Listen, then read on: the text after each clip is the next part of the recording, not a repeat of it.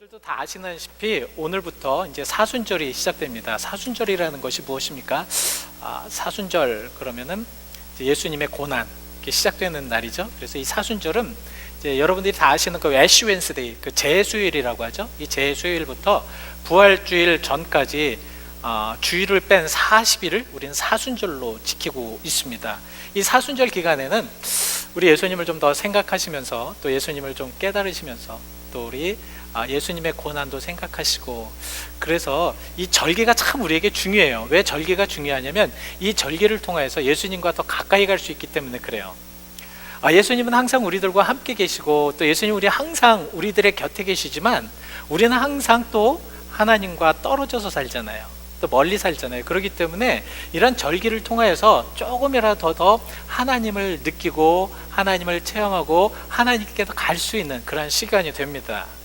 그래서 이사야서 55장 6절 말씀에 하신 것처럼 정말 여호와는 항상 만날 만한 때 찾아야 되는데 이 만날 만한 때가 언제냐, 우리 참 그게 애매하잖아요. 언제 하나님을 만날 수 있을까? 바로 저는 항상 우리가 만나고 싶어 할 때가 우리 하나님을 만날 만한 때인데, 특별히 이런 절기를 통해서 우리가 더 하나님을 더 가까이 갈 수 있는 게 조금이라도 더 예수님을 생각하게 되잖아요. 조금이라도 예수님에게 가까이 가고 싶어 하잖아요. 우리가 금식을 하면서 아니면 기도를 하면서 아니면 말씀 속에서 예수님을 조금 더 닮아가려고 하는 그런 모습 속에 살아가잖아요. 이런 때가 바로 예수님을 만날 만한 때가 아닌가 이렇게 생각이 됩니다. 그래서 우리가 항상 이렇게 예수님을 만날 만할 때 찾아야 되는데, 사실 이 사순절의 주인은 우리가 십자가가 아닙니다. 사순절의 주인은, 포커스는 누구냐면 예수 그리스도가 되어야 됩니다. 예수님이십니다. 그러니까 예수님의 그런 모든 모습을 우리가 이제 따라가면서 이번 사순절은, 그래서 우리 한번 예수님의 그런 그 심성이나 예수님의 사역이나 예수님의 말씀이나 예수님께서 하셨던 많은 것들을 좀 따라가면서 좀 예수님을 한번 느껴보기를 바랍니다. 또 예수님에 대해서 우리가 온전하게 좀 체험되어지는 그런 시간을 가지려고 그래요. 그래서 우리가 예수님의 그런 성품이나 또 예수님께서 하셨던 모든 것들을 이렇게 따라가야 되는데, 왜 그렇게 해야 되는가? 왜 이 사순절 기간에 예수님을 따라갈 수밖에 없는가? 왜냐하면 첫 번째는 이 예수님을 통하여서 우리가 하나님을 발견할 수 있고 하나님의 성품을 알 수 있기 때문에 그렇습니다. 우리가 신앙생활을 쭉 해오잖아요. 그렇죠? 신앙생활을 해오다가 가만히 보면 그 신앙생활 속에서 하나님을 만나고 하나님을 의지해야 되는데 자꾸 우리는 하나님을 잃어버려요. 그죠? 우리가 하나님을 자꾸 떨어져 나갑니다. 그래서 하나님이 저 멀리에 계신 것 같은 그런 느낌도 들어요. 왜냐하면 하나님과 동행하면서 하나님과 항상 그렇게 함께 살아야 되는데 우리의 죄가, 우리가 사는 그런 삶이 녹록지가 않아서 하나님과 이렇게 동행할 수 있는 그런 시간들을 자꾸 빼앗아 버립니다. 근데 가장 중요한 것은 무엇이냐면, 여러분들도 잊지 마셔야 될 것이 무엇이냐면 우리는 하나님의 형상대로 지음받은 자들입니다. 이건 창세기 1장 27절에 이렇게 말씀을 하고 계시잖아요. 그래서 하나님의 형상대로 저렇게 하나님의 창조하셨습니다. 그래서 하나님의 형상과 하나님의 그런 모든 품성을 우리가 갖게 되고 성품을 갖게 되는데, 우리가 자꾸 하나님을 떠나대요. 하나님을 의지하지 않게 돼요. 그래서 이런 사순절 기간이라도 예수님을 따라가면서 하나님을 더 의지하게 되는 겁니다. 하나님을 찾게 되는 것입니다. 하나님의 형상을 회복되는 것이에요. 그래서 우리가 사실 예수님을 따라가다 보면, 예수님을 쫓아가다 보면, 예수님에게 은혜를 받다 보면 어떤 상황이 되냐면 우리의 근원을 알게 됩니다. 우리가 과연 어디서부터 왔을까? 여러분 어디서부터 오셨다고 생각합니까? 가만 많은 분들은 이제 과학자들, 우리는 당연히 이제 난저와 정자가 만나가지고 그렇게 온 것이 아니냐라고 이야기하는데, 사실 가장 기본적인 것은 바로 우리는 하나님께로부터 왔습니다. 하나님께로부터 왔기 때문에 모든 심성이나 모든 성품이 다 하나님의 모습과 하나님의 형상으로 이렇게 닮아 있기 때문에 우리는 그런 형상대로 살아가는 것이 근본입니다. 그렇게 돼야 돼요. 여러분들이 항상 사시는 그런 모든 모습들이 바로 하나님의 형상과 하나님의 모습대로 했기 때문에 하나님의 성품 안에서 살아가셔야 됩니다. 근데 그게 안 되잖아요. 왜 안 됩니까? 우리는 자꾸 죄를 짓고 또 자꾸 이 사탄에게 눌려서 사탄의 모든 꼬임에 꼬여져 가지고 우리가 그렇게 못 되는 경우가 굉장히 많지 않습니까?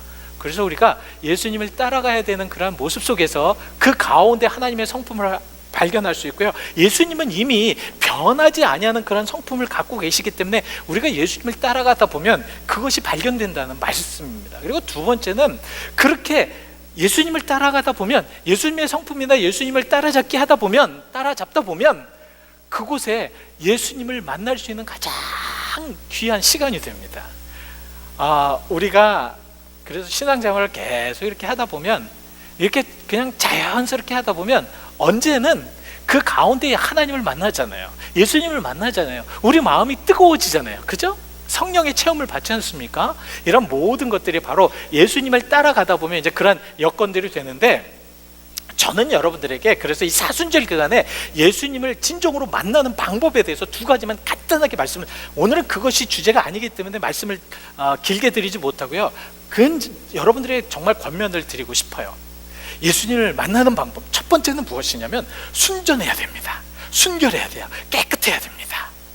우리가 깨끗하게 될 때, 우리들의 마음이 깨끗하게 될 때 하나님은 우리의 마음속에 와주시는 거거든요. 그리고 항상 하나님께서 우리의 마음을 터치하실 때 깨끗한 마음이 있으면 그 마음을 통하여서 느껴져요. 깨끗하기 때문에. 그래서 하나님께서는 항상 구약 성경에 보면 하나님께 오기 전에 뭐라고 말씀하십니까? 하나님께 오기 전에 너희는 성결해라, 깨끗해라. 나를 만나기 위해서는 깨끗해야 된다. 지금도 마찬가지예요. 우리 예수님을 만나기 위해서는 깨끗해야 됩니다. 여러분들의 마음도 깨끗하셔야 되고 여러분들의 모든 것이 깨끗하셔야지 그렇게 돼요. 근데 그것이 저의 말씀이 아니라 베드로가 그렇게 권면하고 있습니다. 베드로후서 1장 4절 말씀에 이렇게 말씀을 하고 있거든요. 우리가 진정으로 하나님을 만나기고 그리고 보배롭기 위해서는 너희가 정욕되었으면 세상에 썩어질 것을 피하라. 세상에 썩어질 것을 피하고 신성한 성품에 참여하는 자가 되라. 신성한 성품에 참여하는 것, 신성한 것이 무엇입니까? 퓨어하다는 거죠. 깨끗하다는 거잖아요. 아주 하나님을 닮은 성품을 얘기하는 거 아닙니까? 하나님을 닮은 성품으로 우리가 이렇게 따라갔을 때 그 가운데서 하나님을 만날 수가 있고, 하나님이 우리에게 주신 은혜를 체험할 수 있고, 하나님께서 우리에게 주시는 그런 놀라운 은혜와 사랑을 깨달을 수가 있습니다. 그래서 우리는 신성해야 돼요. 그래서 저기에서 세상에 썩어질 것을 피하는 것, 이 둘 중에 하나예요. 우리가 살아가는 거는 둘 중에 하나인데, 첫 번째는 세상적으로 살아가느냐, 이 세상적으로 살아가는 것은 무엇입니까? 썩어질 것을 위하여서 살아가느냐, 아니면 신성한 모습으로 살아가느냐, 하나님의 닮은 모습으로 살아가느냐. 근데 성경은 하나님의 닮은 모습으로 살아가라고 합니다. 그리고 세상에 썩어질 것을 피하라고 말해요. 그래서 세상에 썩어질 것이 오면 거부하라고 말씀을 하고 있습니다. 왜? 그렇게 거부가 돼야지 우리가 깨끗해져서 하나님이 주시는 그 은혜와 하나님 주신 그 사랑을 느낄 수 있기 때문에 그렇다는 말씀입니다. 두 번째는 우리가 하나님을, 예수님을 완전히 믿어야 돼요. 믿지 아니하면 하나님을 만날 수가 없습니다. 예수님을 만나는 방법은 뭐예요? 믿어야 되잖아요. 근데 나는 믿고 있습니다 그러면서도 우리의 모든 삶이나 우리들의 모든 것들이 하나님을 믿지 못하는 그런 행동으로 하기 때문에 예수님을 만나지 못하는 겁니다. 여러분, 예수님 만나기 위해서는 우리가 믿어야 돼요. 자, 무엇을 믿어야 되는가? 여러분, 무엇을 믿고 계십니까? 우리는 예수님이 진정으로 하나님의 아들이시면서 우리를 위하여서 이 땅에 오신 그런 성육신하신 하나님이시면서 우리를 위해서 죽으러 이 땅에 오신 예수 그리스도임을 믿어야 됩니다. 요한복음 1장 14절에 그래서 우리에게 이렇게 말씀을 하고 계세요. 말씀이 육신이 되어서 우리 가운데 거하셨다.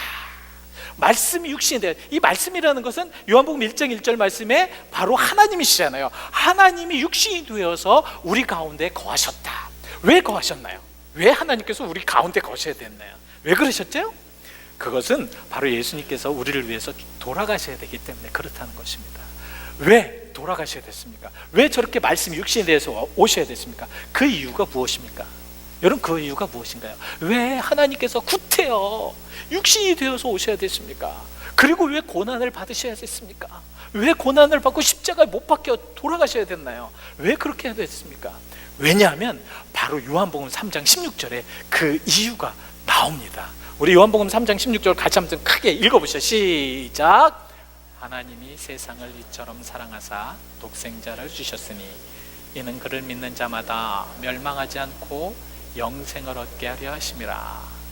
이는 그를 믿는 자마다 멸망하지 않고, 하나님의 사람들은 하나님은 멸망하기를 원하지 않으십니다. 하나님의 사람은 정말 영생을 얻기를 원하시는 거예요. 하나님은 여러분들이, 하나님은 모든 인류가 다 구원을 받는 영생의 길로 들어오기를 원하고 계십니다. 그래서 우리는 그렇게 하나님을 믿는 거거든요. 그래서 그 하나님에게 영생을 얻기 위해서 최선을 다해서 노력하는 것. 그래서 우리는 예수님을 만나야 합니다. 예수님을 만나야 우리가 하나님의 그 영원한 영생을 우리가 깨달을 수 있고 알 수 있고 받을 수가 있다라는 말씀입니다. 자, 그러면 예수님이 과연 어떤 분이길래 모든 것을 이렇게 품을 수 있고, 어떤 분이길래 우리가 예수님을 따라가면 하나님을 만날 수 있고, 어떤 분이길래 과연 그렇게 우리 모든 것을 바쳐서라도 그렇게 드리면 그 모든 것이 은혜가 되어서 우리에게 올 수 있을까? 과연 하나님은 어떤 분이실까요, 여러분? 내가 믿는 하나님은 어떤 분, 예수님은 어떤 분이십니까? 우리는 오늘은 그래서 예수님의 성품을 따라가면서 예수님을 우리가 한번 이해해 보시자는 말씀입니다. 예수님은 그 모든 이들, 누구든지 하나님을 믿으면 영생을 얻게 하시는 모든 이들을 품으셨기 때문에 그 하나님은 과연 어떠한 하나님으로서 예수님을 보내셨는가? 여러분, 예수님이 어떤 분이십니까? 오늘 본문을 통해서 우리가 알 수 있습니다. 첫 번째는 예수님은 온 인류를 다 포용할 수 있는, 다 받아들일 수 있는, 그래서 내게로 오라고 하실 때 그 모든 이들을 다 포용할 수 있는 포용력이 있는 분이십니다. 넓으신 분이라는 거예요. 어느 누구도 받아들일 수 있는 그런 준비가 되어 계신 분이라는 말씀입니다. 그래서 여러분들은 참 축복받은 이들이에요. 왜냐하면 예수님께서 오라고 했을 때 오시면 돼요. 구약시대에는 참 그것이 어려웠어요. 구약시대에는 하나님께 앞에 갈 수가 없었습니다. 왜냐하면 하나님은 너무 거룩하시고 너무 위대하시고 너무 광대하시고 너무 거룩하시고 아주 깨끗한 분이시기 때문에 하나님이 내려오시고 하나님을 만난 이들마다 다 죽임을 당할 수밖에 없었습니다. 그런 구약시대에 태어나지 않은 것이 우리가 얼마나 감사합니까? 한번 예를 들어볼까요? 신명기 5장 26절에 이런 말씀이 나와요. 자, 육신을 가진 자로서, 우리가 육신을 가졌잖아요. 우리처럼 살아계신 하나님의 음성이 불 가운데 바람을 듣고 생존한 자가 하나도 없었다는 거예요. 하나님의 말씀을 듣는 자들 중에서, 하나님을 바라보고 하나님을 보는 자들 중에서 생존한 자들이 없다. 그만큼 다 죽임을 당하는, 죽을 수밖에 없는 그런 상황 속에서 그렇게 위험고 또 그렇게 위험 있고 도저히 갈 수 없는 그런 하나님께 지금 예수님은 뭐라고 말씀하고 계십니까? 다 오라고 말씀하시잖아요. 다 와라. 누구든지 다 와라. 다 와서 정말로 하나님의 말씀을 들으라고 말씀하고 계시지 않습니까? 그래서 정말 이제 구약시대에는 하나님께서 그럴 수밖에 없었어요. 참 말도 안 듣고 정말 하나님의 백성이라고 하셨는데, 왜 선민이라고 이렇게 해놓았는데 이 말을 너무 안 듣는 거예요. 그러니까 하나님이 이 권위와 이런 능력을 베풀어 줘야지만 그래도 그나마 말을 듣고 따라오는데, 그렇지 않으니까 하나님 그런 권위로 세우셨지만 예수님은 이제는 그 모든 것을 다 해결하시고 다 오라고 말씀하고 계십니다. 왜냐하면 예수님은 온 인류를 품으신 분이시기 때문에, 그 포용력이 있는 분이시기 때문에 오라고 말씀을 하시는 것이거든요. 그래서 사도행전 2장 26절 말씀에 이런 말씀을 하고 21절 말씀에 누구든지 주의 이름을 부르는 자는 구원을 얻도록 그렇게 만드셨기 때문에 다 오라고 말씀하십니다. 다 와라, 다 와라. 다 와서 정말 예수님의 음성을 듣고 예수님의 은혜 속에 그렇게 오라고 말씀하시는데요. 자, 여기서 우리들 중에서 나는 정말 갈 수가 없어, 나는 자격이 없어, 나는 아무것도 알 수 없어, 나는 믿음이 없어. 여러분 걱정하지 마시기 바랍니다. 오늘 예수님께서 오라고 하시는 대상이 누굽니까? 대상이 누군가요? 수고하고 무거운 짐진 자들입니다. 만약에 여러분들이 나는 영원히 살 수 있어, 나는 정말 영원히 살 수 있어. 난 죽지 않고 살 수 있고, 내 육신은 정말 병들지 않고, 내 육신은 깨끗하고, 그리고 내 모든 그런 삶은 아무 걱정 없이 살 수 있어 라고 생각하시는 분들은 안 오셔도 됩니다. 안 가셔도 됩니다. 그분들은 수고하고 무거운 짐진 자가 없기 때문에, 그리고 여러분들의 영이 하나님을 믿지 않아도, 하나님이 없어도 여러분들이 잘 살 수 있으시면 안 가셔도 됩니다.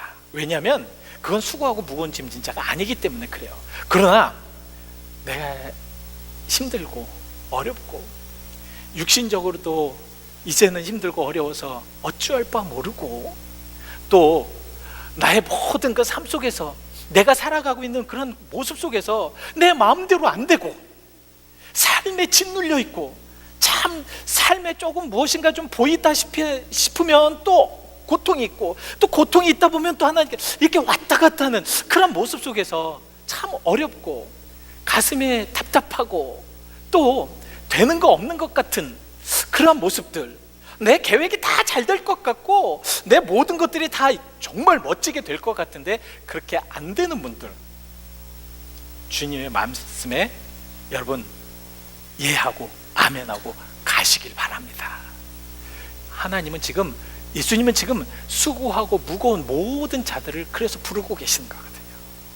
참 힘들고 어려운 상황, 어느 때는 누구한테도 얘기할 수 없는 정말 답답한 문제들, 정말 가슴을 쳐서 혼자만이 하나님 앞에 울부짖어야 하는 그러한 수고하고 무거운 그러한 짐진 자들, 정말 육신의 그런 질고로 인하여서 정말 예수님 앞에 무엇인가를 하고 싶은데 그러지 못하는 수고하고 무거운 짐진 자들, 내가 정말 모든 것을 할 수 있었겠는데, 내가 가지고 있는 것으로 할 수 있었겠는데 그것이 안 되는 한계를 바라보는 그러한 수고하고 무거운 짐진 자들 다 예수님께 오라고 말씀을 하고 계십니다.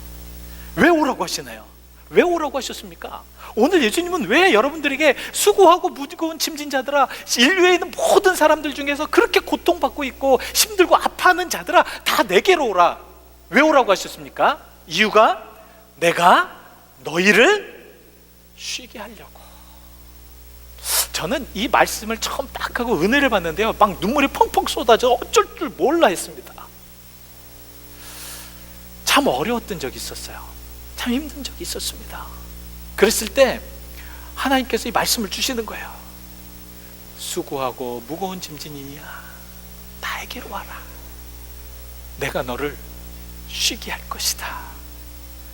저는 좀 무엇인가 해결해 보려고, 인간적으로 무엇인가 좀 해보려고 그렇게 좀 열심히 했는데 안 돼요. 해도 더 흥크러지는 것 같고 더 깊은 구덩이에 빠지는 것 같아요. 그랬을 때 주님 부르십니다. 나에게로 오라. 그때 무엇을 느꼈냐면, 제가 정말 그 따뜻한 어머님의 품속, 여러분 그 시편에 주의 날개 아래 품으소서라는 그런 표현이 있죠. 주의 날개 아래 품으소서. 막 그냥 막 거친 폭풍우와 비바람과 막 그런 것들이 막 몰아친다고 해도 그 주님의 품은 그걸 느낄 수가 없는 거거든요. 주님의 품은 어떤 것도 느낄 수가 없습니다. 그냥 편안합니다. 고통도 느낄 수 없고 아픔도 느낄 수 없고 그냥 편안합니다. 제가 그래서 여러분들에게 요한복음 14장 27절 말씀을 드리려고 합니다. 우리 같이 함께 읽어보시죠. 시작. 평안을 너희에게 끼치노니 곧 나의 평안을 너희에게 주노라. 내가 너희에게 주는 것은 세상이 주는 것과 같이 아니하니라. 너희는 마음에 근심하지도 말고 두려워하지도 말라. 마음에 근심하지도 말고 두려워하지도 말라. 왜냐하면 평안을 주기 때문에. 여러분, 주님께서 부르셔서 쉼을 주시는 그것이 바로 평안인 줄 믿습니다. 우리 주님께서는 그런 평안을 가지고 여러분들에게 진정으로 기쁨을 주고 쉼을 주셔서 그 쉼을 통해서 하나님의 역사를 체험하게 하시는 것입니다. 그래서 그 포용력에 우리는 감동해야 될 줄 믿습니다. 두 번째는 바로 예수님의 온유함입니다. 온유함. 우리가 잘못 생각해요. 이 온유하다라고 생각을 하면 조금 약하다, 그죠? 굉장히 약하고 뭔가 좀 이렇게 좀 유유부단하고 온유하면 그렇게 생각하는데, 사실 온유는요 엄청나게 강한 겁니다. 되게 강한 거예요. 예, 여러분들 민수기서 12장 3절 말씀에 보시면 이제 그 모세에 대해서 이렇게 얘기하는데, 모세는 온유함이 지면의 모든 사람보다 더하다. 참 온유한 사람이다. 그래서 저는 모세를 연구를 하면서, 야, 모세가 온유하니까 이 참 이스라엘, 여러분들 이스라엘 백성 아시죠? 이스라엘 백성은 정말로 이게 참 특이한 사람들이에요. 굉장히 급하고요, 자기 이렇게 욱하는 성격이 아주 한국 사람보다 더한 사람들이에요. 이 승질, 자기의 그 마음에 있는 승질을 아주 그냥 그 컨트롤하지 못하는 사람들입니다. 그래서 이 사람들은 정말 이 컨트롤하기가 너무 힘들어요. 근데 저기 모세가 온유함이 다른 사람보다 더하다. 그러면 모세는 더 억세고, 예를 들어서 더 많이 강하고, 그래서 그들을 아주 그냥 꽉 잡아가지고 이끌어야 되는데, 성경에는 더 온유함이 더하다. 그래서 온유함이 무엇일까 생각을 해봤어요. 온유함이 무엇일까? 가만히 보니까 온유함은요, 어떤 상황이나 어떤 여건이 될 때 그냥 하나님께 달려가가지고 그 앞에 그냥 엎드러뜨리는 겁니다. 하나님, 저 못하겠어. 하나님, 나 힘들어서 못하겠어요. 하나님, 저 사람들 때문에 저 힘듭니다. 그러고 그냥 그 앞에 엎드러집니다. 그래서 하나님께서 하시도록 하는 것이 온유함이더라고요. 성경을 보니까, 모세를 보니까. 그래서 모세는 그 이스라엘 백성들에게 막 그냥 강하게 그들을 저주하고 그들에게 막 뭐라 그러고 막 그러지 않으셨어요. 어떤 상황이 되면 그 그냥 다혈질인 그런 이스라엘 백성들이 어떤 상황 속에서 상황이 딱 벌어지면 무조건 하나님께 달려갔습니다. 그리고 하나님께 기도합니다. 하나님, 어떻게 할까요? 하나님, 이런 상황에 어떻게 할까요? 하나님, 어떻게 할까요? 그때 하나님께서 모세를 통해서 힘을 주셔서 모세의 리더십을 통하여 성경에 보면요, 모세를 두려워하였다라는 말씀이 나옵니다. 여러분, 그거 아십니까? 모세를 두려워하였다. 굉장히 다혈적인 그런 사람들이 모세를 두려워할 만큼 모세는 권위가 있었습니다. 온유함 속에, 부드러움 속에 그런 권위를 통해서 그 다혈질인 200만이라는 그 이스라엘 백성을 다 이끌 수 있는 힘이 그곳에서 있었다라는 말씀이죠. 그래서 그 온유함을 통해서 하나님께서는 그렇게 하는데, 이 모세가 근데 딱 한 번 그 온유함을 버리고 아주 욱해가지고 이스라엘 백성들에게 이게 감정적으로 굉장히 이렇게 팍 표현한 것이 있어요. 그것이 무슨 사건입니까? 예? 무슨 사건이에요? 십계명과 또 아주 가나안 땅을 못 들어가게 하는 아주 욱하는 성격으로 하나님의 거룩함을 이렇게 딱 막아버린 그런 사건이 있었어요. 무리바 사건이라고 하는데요, 그 이스라엘 백성들이 이제 광야에서 물이 없어가지고 너무너무 힘들었어요. 그랬을 때 막 그냥 모세를 원망하고, 이 다혈질이 막 불평불만하고, 왜 우리를 여기에 데리고 왔냐. 정말 저도 그렇게 들으면 막 화가 날 것 같아요. 모세가, 근데 하나님께서 뭐라고 말씀을 하셨냐면, 모세야, 저 반석에 명령하여서 물 내라고 명령을 해라. 근데 모세가 그렇게 하지 않았어요. 너무 화가 나니까, 이 다혈질적인 사람들에게 너무 화가 나니까 어떻게 해요? 내가 너희들한테 이렇게 물을 내야 되겠느냐 그러면서 그 바위를 그냥 꽝꽝 2번 칩니다. 민수기 20장 10절 한번 읽어보시죠. 자, 한번 같이 읽어보실까요? 우리가 혹시 이제 그렇게 될지 모르니까. 시작. 모세와 아론이 회중을 그 반석 앞에 모으고, 모세가 그들에게 이르되, 반역한 너희여, 들으라. 우리가 너희를 위하여 이 반석에서 물을 내려 하고. 그리고 화가 나서 그 반석에 물을 콱콱 2번 칩니다. 사실 우리가 이 감정적인 이런 부분들, 특히 여러분들 그 욱하는 감정들 있잖아요. 이거 참 우리가 조심해야 됩니다. 이게 욱하는 감정이 하나님이 원하시는 감정이 아니시더라고요. 그동안 잘해왔잖아요. 참 모세는 잘해왔잖아요. 근데 이 무리바 그곳에서 참 마지막으로 그것이 저렇게 됨으로 인해서 결국 하나님께서는 하나님의 거룩하심을 따르지 못하였다고 해서 결국 어떻게 하십니까? 바로 가나안 땅에 못 들어가게 하십니다. 예수님도 참 온유하신 분이세요. 끝까지 참으셨잖아요. 저는 가만히 생각을 해봤어요. 예수님 정말, 여러분 한번 생각을 해보십시오. 오병이의 사건을 하시고요, 정말 그 거친 풍랑까지 잔잔케 하시는 그 명령으로, 뭐 어떻게 못을 쓴 것이 아니라 그냥 명령으로, 말의 명령으로 그렇게 잔잔케 하신 하나님께서, 하나님이신 예수님께서 예수님을 시기하고 예수님을 질투하고 뒤에서 예수님을 욕하고 이런 사람들 그냥 놔두시겠어요? 에이, 나쁜 것들, 하나님 저들에게 번개를 내려서 해주십시오, 그렇게 안 하시겠냐고요. 근데 그렇게 안 하셨어요. 어떤 상황이든 어떤 여건이든 그냥 침묵하셨어요. 그리고 심할 경우에는 그들의 뜻을 아시고 그들을 아시고 가리키셨습니다. 이것이 온유가 아닌가. 십자가상까지 올라가셨어요. 십자가상에서 모든 사람이 뭐라고 그랬어요? 막 비평하고 비난하잖아요. 네가 예수냐? 네가 하나님의 아들이라고? 그럼 내려와봐. 이런 얘기를 들었을 때 하나님의 아들로서 정말 그 땅 밑으로 바라보면서 그들을 그냥 놔두시겠어요? 그러나 예수님의 온유하심으로 참으셨는데요, 어떻게까지 참으셨는지 아십니까? 여러분, 누가복음 23장 34절에는 이렇게 말씀을 하고 계십니다. 예수님께서 그렇게 욕하고 그렇게 비평하고 그렇게 비난하고 그 제사장들, 그것을 보면서 자기가 승리한 것으로 생각하는 제사장들에게 이렇게 하나님 앞에 기도합니다. 아버지여, 저들을 사하여 주시옵소서. 자기들이 하는 것을 알지 못하나이다. 아버지여, 저들을 사하여 주시옵소서. 이것이 온유입니다. 여러분, 저런 온유 때문에 우리가 구원을 받은 거거든요. 저런 온유 때문에. 만약에 그러지 않으셨다면 우리는 절대로 지금 이 자리에 있을 수가 없습니다. 근데 우리는 예수님의 온유를 좀 따라가야 되는데 그렇지 못하잖아요. 그래서 우리는 온유함, 이 온유함은 하나님을 만남으로 인해서 부드러움. 그래서 무엇이냐면 하나님이 하실 수 있도록 우리가 빠지는 것이 온유함이더라고요. 그 앞에서 막 그냥 승질내면서 막 그냥 얼굴 붉게져 가지고 그렇게 하지 말라는 거예요. 그냥 하나님이 하실 수 있도록, 그리고 그냥 부드러운 모습으로 그냥 서 있는 것, 이것이 온유함이라는 말씀. 마지막으로 예수님의 성품 중에서 마지막으로는 이제 겸손함입니다.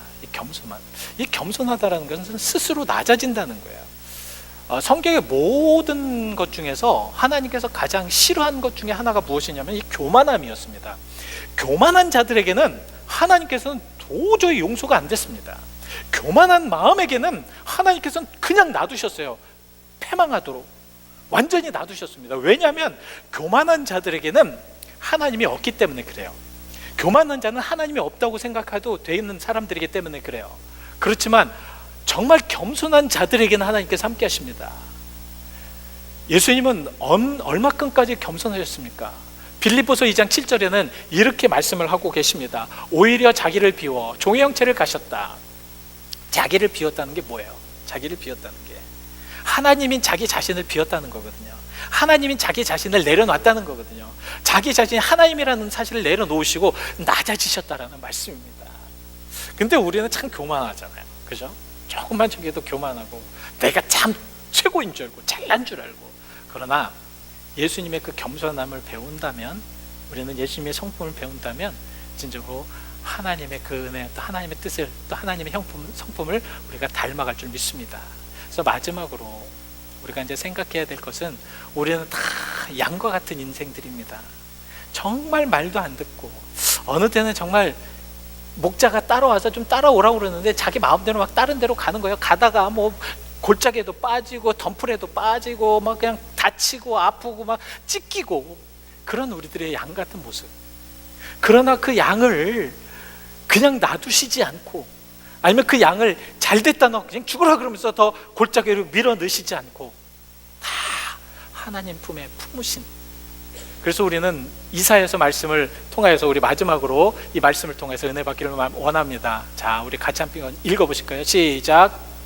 우리는 다 양 같아서 그릇 행하여 각기 제 갈로 가끈을 여호와께서는 우리의 모든 죄악을 그에게 담당시키셨도다. 참 양같이 지질하게 자기 멋대로 자기 마음대로 막 그냥 갔지만, 하나님께서는 우리 마음대로 가서 그 찢기고 아프고 그 죄악으로 인하여서 되었던 모든 것들을 바로 예수 그리스도께 담당시키셨다는 그 말씀. 오늘 이 사순절을 통하여서 여러분 우리가 좀 한번 생각해 보시자고요. 그리고 이번 일주일 동안은 예수님의 성품을 한번 따라가면서 우리가 한번 우리 자신을 점검해 보시는 여러분들이 되시길 바랍니다. 저도 한번 그렇게 보려고 그래요. 나의 포용력, 나의 온유함, 나의 겸손함. 그럼 과연 그것이 어디까지 와 있는가? 여러분 어디까지 와 계십니까? 기도하시겠습니다.